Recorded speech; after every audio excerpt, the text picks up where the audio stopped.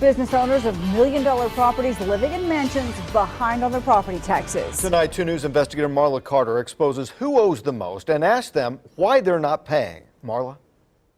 Russ and Karen at 6, the 2 News investigators told you about the $18 million in late taxes owed to Tulsa County for 2013. It's a follow-up to a 2 News investigation we've been working on for more than a year now.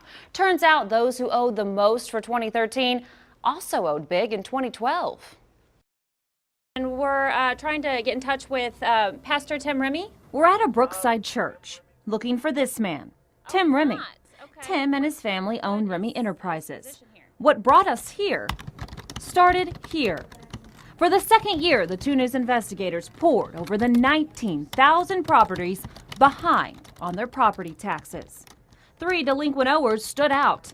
The local business that owes the most, Remy Enterprises. They're listed as owning the Cross Creek Shopping Center in Bixby, valued at more than $10 million.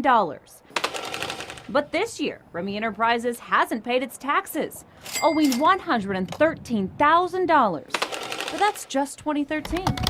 Add in the money they still owe for 2011 and 2012, and that total goes up to at least $275,000 just for Cross Creek. TJ Remy is listed as the property contact. When he didn't return our calls, we visited him at his $520,000 home. Hey, it's Marla from Channel 2. No one answered the door. So we reached out to his partner, Tim Remy, for comment. He didn't call us back either.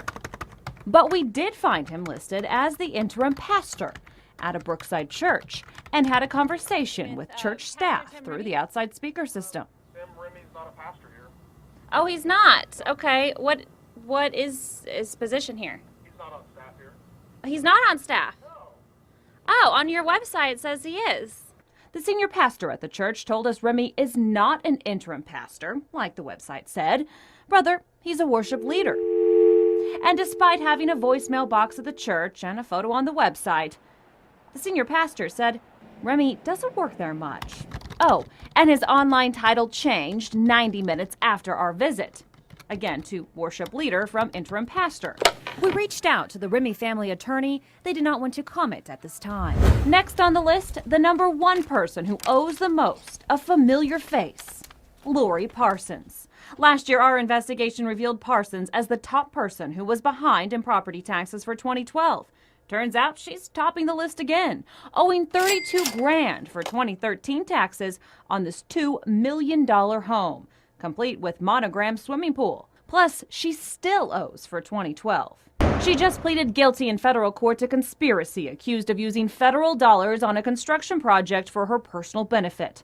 Her attorney gave us this statement, saying in part, she's in the process of liquidating assets, including real estate, in order to satisfy as many of her financial obligations. And finally, who owes the most of all in delinquent property taxes? Coming in at number 1 for 2 years in a row, the state of Oklahoma. Another repeat offender. Nothing happened. I mean, there's just not a will to solve the problem. Senator Sean Burridge is upset about that. Last July, a 2 News investigation exposed Oklahoma as the most delinquent for 2012, owing almost $6 million. It prompted Sean Burridge to write a bill demanding the bill get paid. We had legislation this year that would have addressed this, was taking that money out of general revenue, and the bill wasn't even heard in the Senate. This time, the bill is higher. The state owes a whopping $6.8 million for 2013. The state is supposed to pay the property taxes for 156 businesses in Tulsa County who qualify for tax credits. The problem? The state doesn't have the money to pay the bill. It's frustrating to County Commissioner Karen Keith. We are a subset of the state of Oklahoma, so there's really not much we can do, even statutorily, to improve that process. Senator Burridge is already meeting with other lawmakers to make sure the bill gets introduced next session.